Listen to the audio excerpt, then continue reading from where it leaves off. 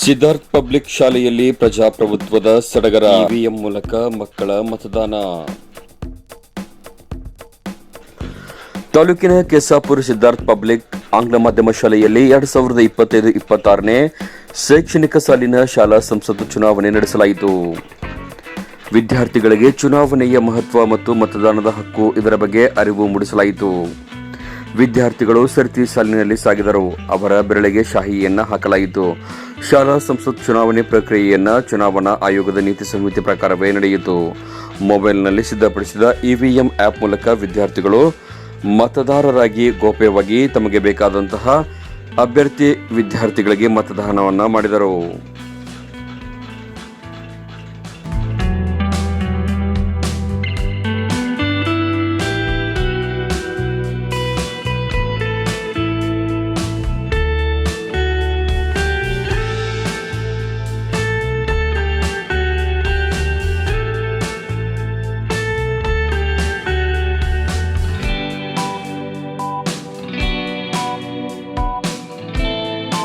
ಈ ಚುನಾವಣೆಯಲ್ಲಿ ವಿಜೇತ ಅಭ್ಯರ್ಥಿ ವಿದ್ಯಾರ್ಥಿಗಳ ಪ್ರಮಾಣ ವಚನ ಸ್ವೀಕಾರ ಕಾರ್ಯಕ್ರಮ ಸಹ ಅದ್ದೂರಿಯಾಗಿ ಮಾಡಲಾಯಿತು. ವಿದ್ಯಾರ್ಥಿಗಳಿಗೆ ಪ್ರಮಾಣ ವಚನ ಬೋಧನೆಯನ್ನ ನಿವೃತ್ತ ಸಿಪಿಐ ಡಿಡಿ ದೊಳಕೇಡ್ ಮಾಡಿ ಅವರಿಗೆ ಬ್ಯಾಡ್ಜ್ಗಳನ್ನು ಹಾಕಿದರು. ಅತಿಥಿ ಮಹೋದಯರಿಗೆ ಮತ್ತು ವಿದ್ಯಾರ್ಥಿ ಮಂತ್ರಿಮಂಡಲಕ್ಕೆ ಗೌರವಿಸಲಾಯಿತು. ಈ ವೇಳೆ ವಿದ್ಯಾರ್ಥಿಗಳು ಆಕರ್ಷಕ ಪಥ ಸಂಚಲನವನ್ನ ಮಾಡಿದರು. ಈ ವೇಳೆ ಮಾತನಾಡಿದ ನಿವೃತ್ತ ಸಿಪಿಐ ಡಿಡಿ ದೊಳಕೇಡ್, ಪ್ರಜಾಪ್ರಭುತ್ವದಲ್ಲಿ ದೃಢ ವಿಶ್ವಾಸವುಳ್ಳ ವಿದ್ಯಾರ್ಥಿಗಳಿಗೆ ದೇಶದ ಚುನಾವಣೆ ಮಾದರಿ ಅನುಸರಿಸಿ ಮಂತ್ರಿಮಂಡಲ ರಚಿಸುವುದರಿಂದ ವಿದ್ಯಾರ್ಥಿಗಳು ತಮ್ಮ ಸಾಮರ್ಥ್ಯ ಅನುಸಾರ ವಿವಿಧ ಖಾತೆಗಳನ್ನು ಪಡೆದು ಕಾರ್ಯನಿರ್ವಹಿಸಲು ಸಹಾಯ ಆಗುತ್ತದೆ ಎಂದು ತಮ್ಮ ಅನಿಸಿಕೆಯನ್ನು ವ್ಯಕ್ತಪಡಿಸಿದರು.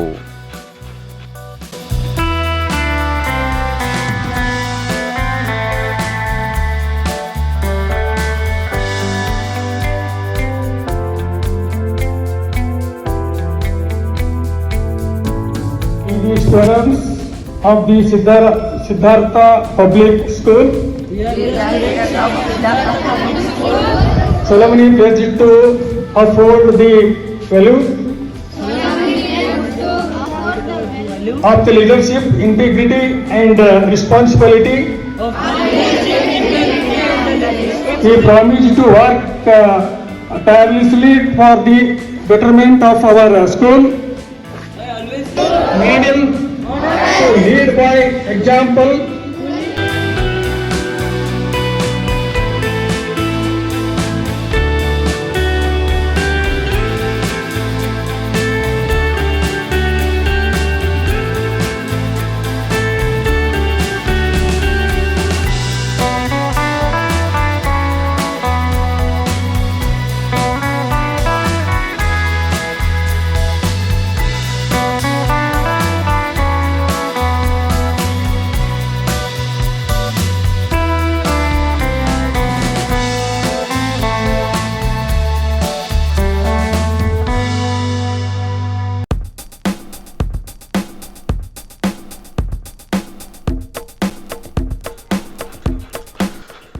ಸಂಸ್ಥೆಯ ಕಾರ್ಯದರ್ಶಿ ರಾಮಣ್ಣ ಖಾನಾಪುರ್ ಮಾತನಾಡಿ, ಶಾಲಾ ಸಂಸತ್ತು ಮಕ್ಕಳಿಗೆ ಪ್ರಜಾಪ್ರಭುತ್ವದ ಮೂಲ ಭಾವನೆಗಳನ್ನು ಕಲಿಸುವ ನೈಜ ತರಬೇತಿ ವೇದಿಕೆಯಾಗಿದೆ.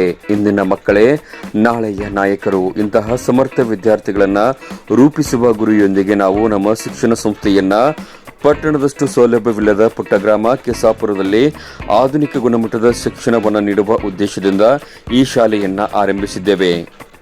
ಹಣ ಗಳಿಸುವ ಉದ್ದೇಶದಿಂದ ಅಲ್ಲ. ನನ್ನ ಕನಸು, ನನ್ನ ಗುರಿ ಗ್ರಾಮಾಂತರ ಪ್ರದೇಶದ ಮಕ್ಕಳಿಗೂ ಗುಣಮಟ್ಟದ ಶಿಕ್ಷಣ ಸಿಗಬೇಕು ಎಂಬುದಾಗಿದೆ ಎಂದರು.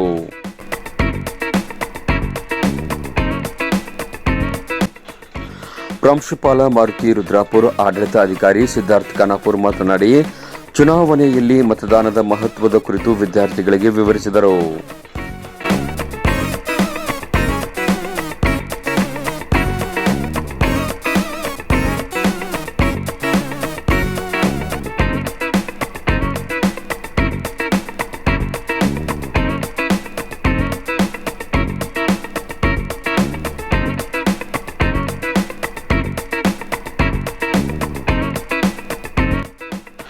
ಕಾರ್ಯಕ್ರಮದಲ್ಲಿ ಸಂಸ್ಥೆಯ ಅಧ್ಯಕ್ಷೆ ಶ್ರೀಮತಿ ಸರಸ್ವತಿ ಖಾನಾಪುರ್, ಅತಿಥಿಗಳಾಗಿ ಡಿಡಿ ದೊಳಕೇಡ್ ದಂಪತಿಗಳು ಭಾಗವಹಿಸಿದ್ದರು.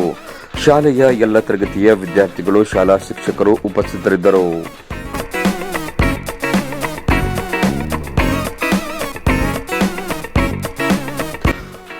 ವಿವಿಧ ಹುದ್ದೆಗಳನ್ನು ಅಲಂಕರಿಸಿದ ವಿದ್ಯಾರ್ಥಿಗಳು ಶಾಲಾ ಸಂಸತ್ತಿನ ಮುಖ್ಯಸ್ಥರಾಗಿ ವಿದ್ಯಾರ್ಥಿ ಶ್ರೀಹರಿ ಹಾಗೂ ವಿದ್ಯಾರ್ಥಿನಿ ಗಂಗೋತ್ರಿ ಅಧಿಕಾರವನ್ನು ಸ್ವೀಕರಿಸಿದರು. ಅಂತೆಯೇ ಕ್ರೀಡಾ ಸಚಿವರಾಗಿ ಸೃಜನ್, ಸಾಂಸ್ಕೃತಿಕ ಸಚಿವರಾಗಿ ಶ್ರೀಶೈಲ್, ಶಿಸ್ತು ಹಾಗೂ ಆರೋಗ್ಯ ಸಚಿವರಾಗಿ ನೌಸರತ್ ವಿದ್ಯಾರ್ಥಿ ಅಧಿಕಾರವನ್ನು ಸ್ವೀಕರಿಸಿದರು.